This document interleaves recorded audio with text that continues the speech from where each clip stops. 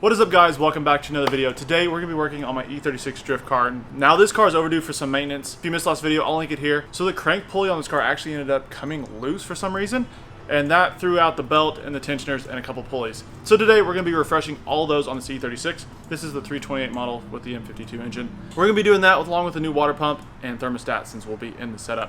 And I'm going to walk you guys through it and show you how to do it. Let's get started.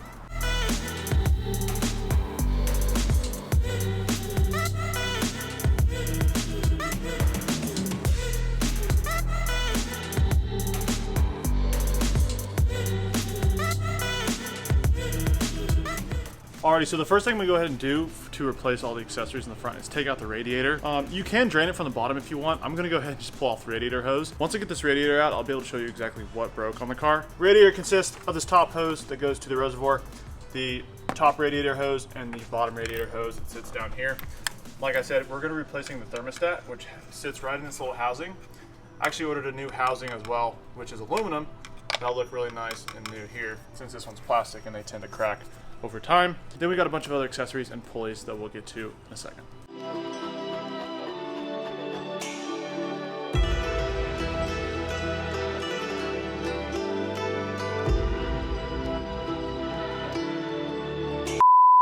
Yeah, it's mostly water. Right, that's what we tell the tech people when we say, yeah, we run water at the track. It's a mix, right, Andy? Yeah, that's what I was saying.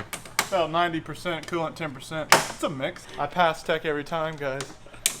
Don't worry about it.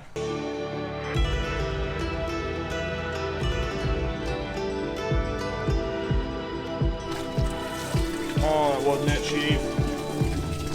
Should have gotten a bigger bucket. So this is the E36 reservoir. Don't forget there is a little connector at the bottom, along with another hose going into the bottom, which runs through the shroud.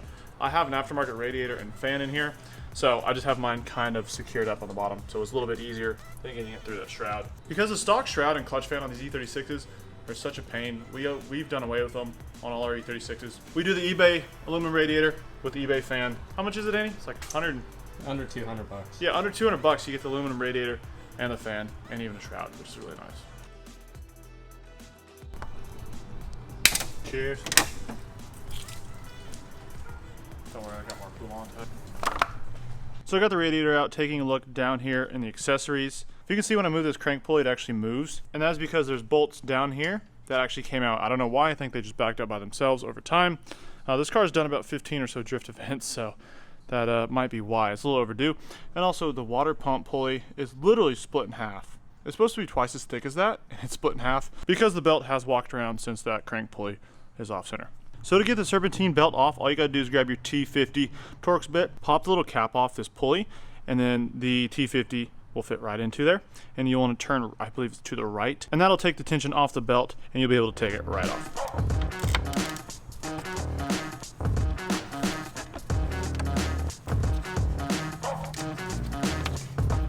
There it is. You can see the water pump pulley right there, split in half completely. And then I think that's from the belt walking all over it because this crank, if you can see the crank pulley, that is literally about to come off, which is kind of sketchy. There it is. So that was our problem, Andy. Is it bent? I don't think it's bent. It's pretty straight, which is good. There are 6 bolts in this crank pulley, and there's only 1 left, and it was finger loose. I'm guessing that's from all the drifting along with solid motor mounts and stuff, so like the vibrations are kind of concentrated more on the motor. We'll have to find some more bolts for that. We'll get that back in there, probably put some like blue thread locker on them, maybe even red, so that won't happen again. But I don't think it's damaged, which is good because this is the one part I did not order. And we have a drift event coming up this weekend, so if you haven't already, make sure to subscribe to stay up to date with that. I think the crankshaft's all good too. Nothing's like, hopefully they're not stripped. Now I'm gonna go ahead and take out the water pump. There are 4 10mm bolts around here, and then I believe there are 4 nuts that take out the water pump, and it'll pop right out.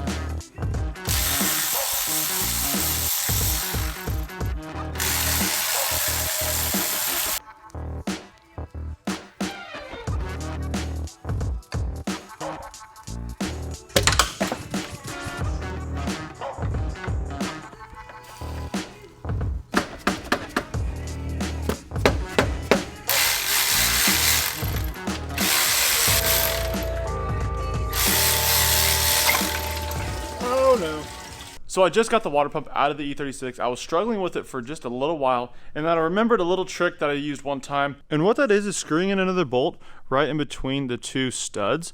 Once it goes all the way through and hits the head, it'll actually push the water pump out, because these can be a little bit stubborn to get out over time, especially when they get a little bit corroded.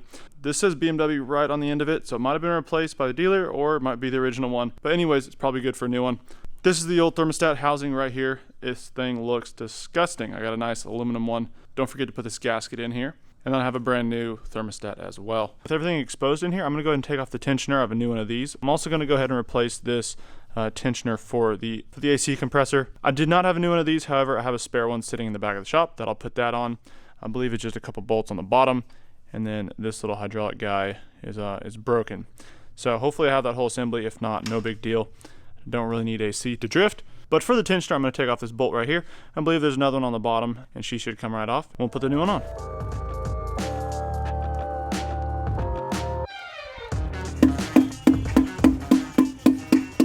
Alright, you got the new water pump in along with the new tensioner over here. This came with a little holder pin in this side, so all I did was take my T50 and press that down, and I was able to pull that pin out. Also got another one of these tensioners on for the air compressor. So that's all in. There's 3 bolts, 1 in the middle and then 2 down below. Just replace the whole assembly. I think I'm just going to leave the pulley. It's pretty good for what it is. I actually need to go to O'Reilly's and get a new thermostat because the one that they sold me was incorrect, so I'm going to go pick that up now. When I get back, we'll put everything else back together.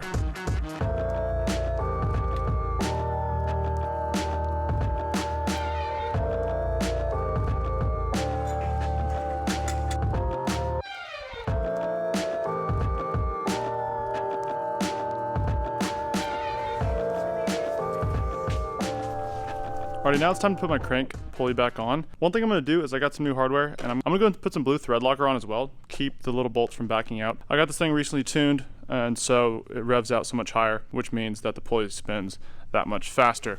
Alrighty, just got all the new pulleys, the water pump, and everything installed in the E36. Now it's time to go ahead and put the serpentine belt on. I'll go ahead and leave the belt diagram down, link in the description. So that way you can go ahead and do this to your E36. It's really simple, like that belt tensioner. All you gotta do is take your T50, tension that back, loop the belt around, and then let go, and it will hold tension. That's one thing I really like about the E36 and the BMW, is that the tensioner is hydraulic and it's super easy to install and replace your belt.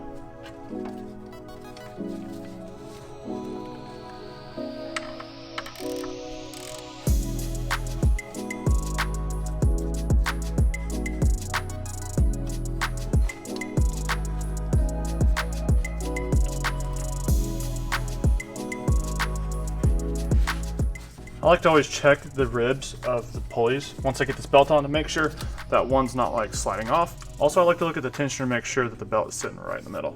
So this looks good. I'm gonna go ahead and move on to the AC. BMW always puts these little caps underneath the pulleys. Whenever I take them off, sometimes I don't put them back on, just in case I need to go ahead and untension it really quick. Just easier to access, or you can go ahead and plop them back on if you want to. The AC compressor belt's the same way. I believe it gets tensioned up, and then we'll be set and have AC back.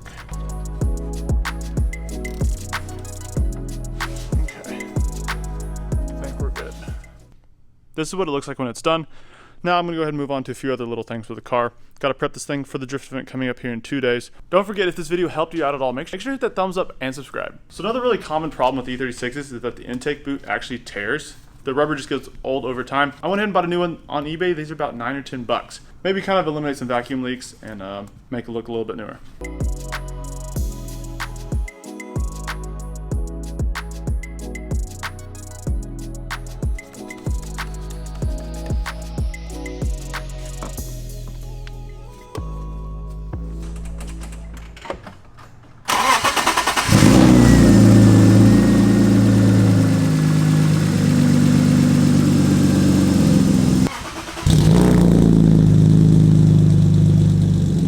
Alrighty, she's looking good. We are locked and loaded. We got Andy over here. We're just topping off with gas. We're gonna leave tomorrow for a drift event. Got the belts done. We got the new muffler installed. So she's ready to rock. Everything is looking good.